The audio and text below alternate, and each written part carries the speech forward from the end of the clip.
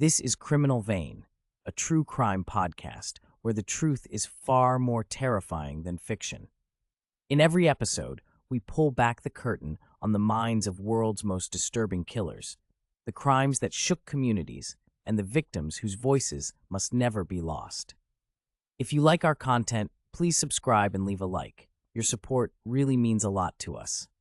Tonight, we begin with one of the most infamous predators of the 20th century, a man who charmed the courtroom, escaped from prison, and left a trail of blood across the country.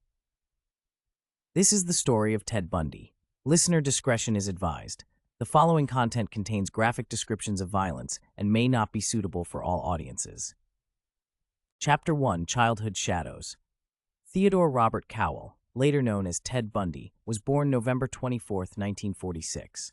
He came into the world in a home for unwed mothers in Burlington, Vermont. Before Ted Bundy became one of America's most notorious serial killers, he was a boy growing up with secrets and confusion, a child caught between truth and deception. From day one, his life was shaped by lie. His mother, Louise, was unmarried. A scandal in the 1940s.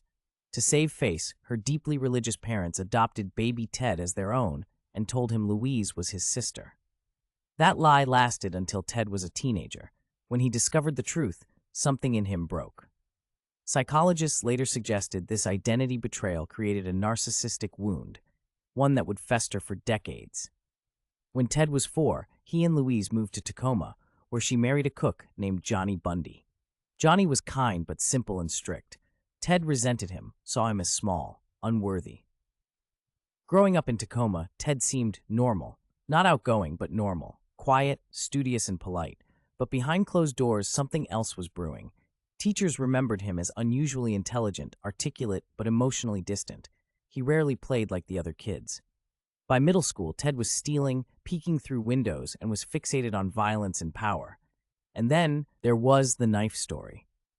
A family member later claimed she awoke once to find Ted standing over her, with kitchen knives arranged in a circle around her sleeping body.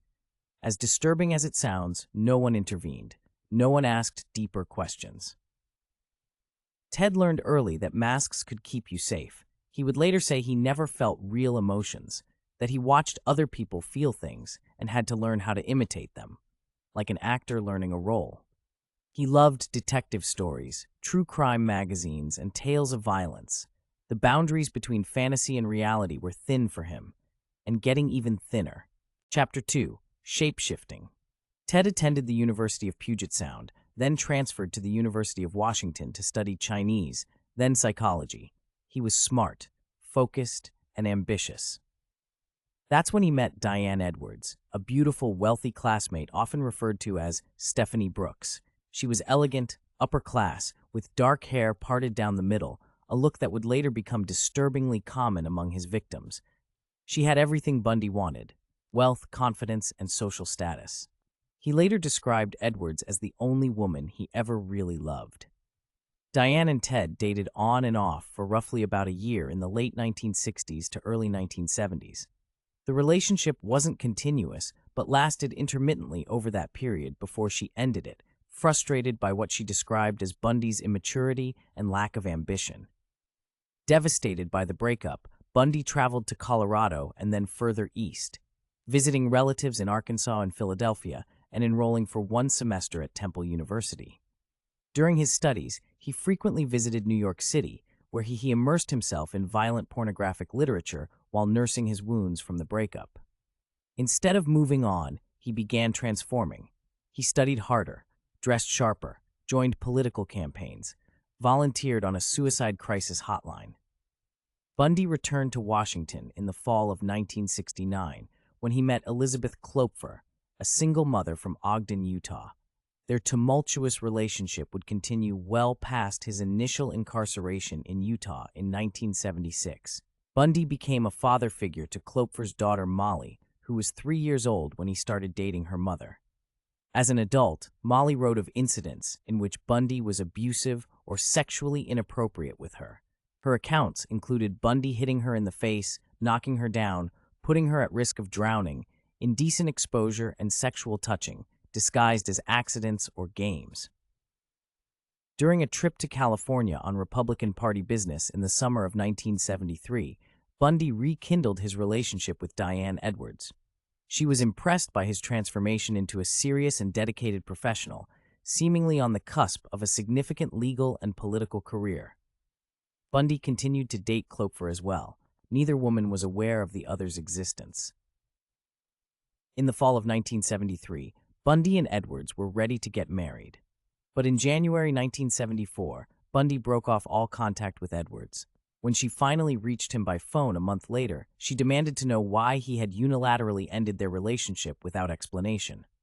In a flat, calm voice, he replied, "Diane, I have no idea what you mean," and hung up. She never heard from him again. Bundy later explained, "I just wanted to prove to myself that I could have married her if I wanted to." Ted Bundy had gained control, and that, he realized, was the real high. He had begun skipping classes at law school, and by April, he had stopped attending entirely as young women began to disappear in the Pacific Northwest. Chapter 3: The Shadow of a Monster. There is no consensus as to when or where Bundy began killing women. He told different stories to different people and refused to divulge the specifics of his earliest crimes, even as he confessed in graphic detail to dozens of later murders in the days preceding his execution. Detectives believe that he might have started killing as a teenager, but the earliest documented homicides were committed in 1974 when he was 27. Across the Pacific Northwest, college campuses, suburban neighborhoods, and roadside parks became the hunting grounds of a predator unlike any other. Handsome, charismatic, and disarmingly polite, he used his charm as a weapon, luring women to their deaths. On January 4, 1974, Bundy's fantasy world crossed into reality. He entered the basement apartment of Jonai Lenz, a University of Washington student. He beat her with a metal rod and sexually assaulted her with a foreign object. She survived, but barely. After that, she would never be the same. Over the next 6 months, women began vanishing across Washington state, all young, all white, all slim with long brown hair parted down the middle. February 1, Linda Ann Healy, 21 years old, bludgeoned while asleep and abducted from her basement bedroom in Seattle and was then decapitated and dismembered post-mortem. Her mandible was recovered at Taylor Mountain site in 1975. March 12, Donna Gail Manson, 19 years old, abducted while walking to a concert at Evergreen State College. Her body was left according to Bundy at Taylor Mountain site, but never found. April 17th, Susan Elaine Rancor, 18 years old, disappeared after attending an evening advisors meeting at Central Washington State College. Her skull and mandible were recovered at Taylor Mountain site in 1975. Both had been severely fractured. May 6, Roberta Kathleen Parks, 22 years old, vanished from Oregon State University in Corvallis, Oregon. Her skull and mandible were recovered at Taylor Mountain site in 1975. She had been bludgeoned to death. June 1st, Brenda Carol Ball, 22 years old, disappeared after leaving the Flame Tavern in Berrien and was last seen in the parking lot, talking to a man with his arm in a sling. Her skull and mandible were recovered at Taylor Mountain site in 1975. Her skull had been fractured. June 11, Jorgan Hawkins, 18 years old, abducted from an alley behind her sorority house. Her remains were recovered at Issaquah site. Bundy's killing escalated, and he became bolder. On July 14, 1974, in broad daylight at Lake Sammamish State Park, he approached multiple women. Two of them, Janice Ott, 23, and Denise Naslund, 19, never returned home. Janice was last seen leaving the park with Bundy, who had asked her for assistance with putting his sailboat on his car. Denise was last seen walking towards the restrooms. He had abducted two women from the same park on the same day. Their skeletal remains would be later found at Issaquah site. It was chillingly brazen. Chapter 4: The Hunting Grounds Expand. Police now knew they were hunting one man, one predator, possibly someone named Ted, possibly driving a tan Volkswagen Beetle, but they didn't know who, and Bundy was already moving on. He enrolled in law school in Salt Lake City, Utah, and the murders followed him there. October 1, Nancy Wilcox, 16 years old, last seen leaving her home at 9 p.m. in Holiday after getting into an argument with her father, Her body, according to Bundy, was buried near Capitol Reef National Park, 200 miles south of Salt Lake City, but was never found. October 18, Melissa Ann Smith, 17 years old, vanished from Midvale after leaving a pizza parlor to walk back to her home. Body found 9 days later on a hillside in Summit Park. Her head and body had been severely beaten with a crowbar before death. October 31, Laura Ann Aim, 17 years old, disappeared from Lehigh on her way home from a Halloween party. Her body was discovered by hikers in American Fork Canyon. Her face was beaten beyond recognition, and she had been strangled and sexually assaulted. On November 8, 1974, in a Salt Lake City shopping mall, a man claiming to be a police officer approached Carol Duranch. He said her car had been broken into. She followed him into a tan Volkswagen, but something felt wrong. When he pulled over and tried to handcuff her, one cuff missed. She fought, screamed, kicked, and finally escaped. She then reported it to the police. But it wasn't enough yet. At 10:15 p.m. that same day, Deborah Jean Kent, 17 years old, vanished after leaving a school play in Bountiful. Her body, according to Bundy, was buried near Fairview, 100 miles south of Bountiful. One patella found later was positively identified by DNA as Kent's in 2015. In 1975, Ted Bundy continued his murderous path until his first arrest. January 12, 1975, Karen Eileen Campbell, 23 years old, disappeared from a hotel hallway in Snowmass Village, Colorado. Her body was discovered on a dirt road near the hotel with skull fractures and knife wounds. March 15, Julie Lyle Cunningham, 26 years old, disappeared from Vail, Colorado after she left her apartment in the Apollo Park neighborhood to visit a local tavern. Her body, according to Bundy, was buried near Rifle, 90 miles west of Vail, but was never found. April 6th, Denise Lynn Oliverson, 24 years old, abducted while cycling to her parents' house in Grand Junction, Colorado. Her body, according to Bundy, was thrown into the Colorado River 5 miles west of Grand Junction, but was never found. May 6, Lynette Dawn Culver, 12 years old, abducted from Pocatello, Idaho, after she left Alameda Junior High School for her lunch break. Her body, according to Bundy, was thrown into what authorities believed to be the Snake River, but was never found. June 28th, Susan Curtis, 15 years old, disappeared during a youth conference at Brigham Young University when she left her friends to walk back to her dormitory.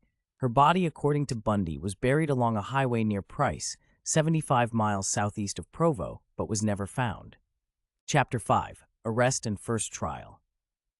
On August 16, 1975, Bundy was arrested by Utah Highway Patrol Officer Bob Hayward in Granger, another Salt Lake City suburb. Hayward observed Bundy cruising a residential area in his Volkswagen Beetle during the pre-dawn hours and fleeing at high speed after seeing the patrol car. Searching the car, Hayward found a ski mask, a crowbar, handcuffs, trash bags, a coil of rope, an ice pick, and other items initially assumed to be burglary tools. Bundy explained that the ski mask was for skiing. He had found the handcuffs in a dumpster, and the rest were common household items. In a search of Bundy's apartment, police found a guide to Colorado ski resorts with a checkmark by the Wildwood Inn and a brochure that advertised the Viewmont High School play in Bountiful, where on November 8, 1974, Deborah Jean Kent had disappeared. Police did not have sufficient evidence to detain Bundy, so he was released on his own recognizance. Bundy later said that searchers missed a hidden collection of Polaroid photographs of his victims, which he destroyed after he was released. Salt Lake City police placed Bundy on 24-hour surveillance, and detectives flew to Seattle to interview Bundy's girlfriend, Elizabeth Klopfer. She told them that in the year prior to Bundy's move to Utah, she had discovered objects that she couldn't understand in her house and in Bundy's apartment. These items included crutches, a bag of plaster of Paris that he admitted stealing from a medical supply house, and a meat cleaver that was never used for cooking. Additional objects included surgical gloves, an oriental knife in a wooden case that he kept in his glove compartment, and a sack full of women's clothing. She also said that sometimes she would awaken in the middle of the night to find him under the bed covers with a flashlight, examining her body. The detectives confirmed that Bundy had not been with Klopfer on any of the nights during which the Pacific Northwest victims had vanished, nor on the day Ott and Nasland were abducted from Lake Sammamish State Park. Shortly thereafter, Klopfer was interviewed by Seattle homicide detective Kathy McChesney and learned of the existence of Edwards and her brief engagement to Bundy around Christmas 1973. In September, Bundy sold his Volkswagen Beetle to a Midvale teenager. Utah police immediately impounded the vehicle, and FBI technicians dismantled and searched it. Hairs were discovered matching samples obtained from one of the victim's body. Later, they also identified hair strands microscopically indistinguishable from those of other victims. FBI lab specialist Robert Neal concluded that the presence of hair strands in one car, matching 3 different victims who had never met one another, would be a coincidence of mind-boggling rarity. On October 2nd, detectives put Bundy into a lineup. DeRanch immediately identified him as the man pretending to be a police officer, and witnesses from Bountiful recognized him as the stranger at the Viewmont High School auditorium. There was insufficient evidence to link him to Kent, whose body had not yet been found, but more than enough evidence to charge him with aggravated kidnapping and attempted criminal assault in the DeRanch case. Bundy denied knowing DeRanch, but had no alibi and was freed on $15,000 bail paid by his parents and spent most of the time between indictment and trial in Seattle, living in Klopfer's house. Seattle police had insufficient evidence to charge him in the Pacific Northwest murders but kept him under close surveillance. In February 1976, Bundy stood trial for the DeRanch kidnapping. On the advice of his attorney, John O'Connell, he waived his right to a jury due to the negative publicity surrounding the case. After a 4-day bench trial and a weekend of deliberation, Judge Stuart Hansen Jr. found Bundy guilty of kidnapping and assault. In June, he was sentenced to 1 to 15 years in the Utah State Prison. In October, Bundy was found hiding in bushes in the prison yard carrying an escape kit, road maps, airline schedules, and a Social Security card, and spent several weeks in solitary confinement. Later that month, Colorado authorities charged him with Campbell's murder. After a period of resistance, he waived extradition proceedings and was transferred to Aspen in January 1977. Chapter 6: The Great Escapes. On June 7, 1977, Bundy was transported 40 miles from the Garfield County Jail in Glenwood Springs to Pitkin County Courthouse in Aspen for a preliminary hearing. He had elected to serve as his own attorney, and as such was excused by the judge from wearing handcuffs or leg shackles. During a recess, Bundy asked to visit the courthouse's law library to research his case. While shielded from his guards' view behind a bookcase, he opened a window and jumped to the ground from the 2nd story, injuring his right ankle as he landed. After being a fugitive for 6 days, sleep-deprived and in constant pain from his sprained ankle, Bundy drove back to Aspen in a stolen car, where he got pulled over and rearrested. Back in jail in Glenwood Springs, Ted assembled a new escape plan.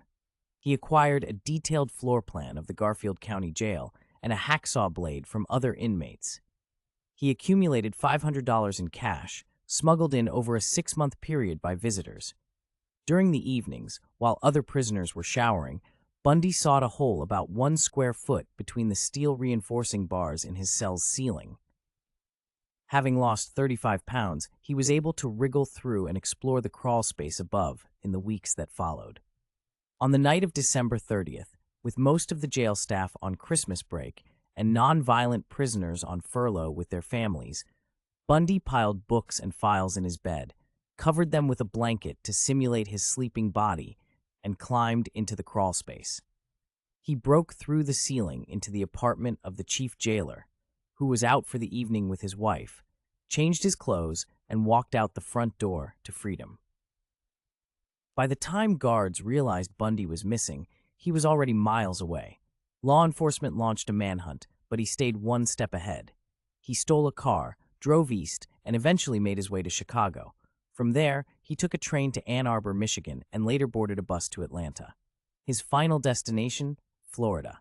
Sun-drenched, transient, and under-policed, it was the perfect place to hide in plain sight. In early January 1978, Bundy arrived in Tallahassee. He rented a room under the name Chris Hagen at the Oak Tree Inn, a cheap boarding house near Florida State University. He had no money, no job, and no identification.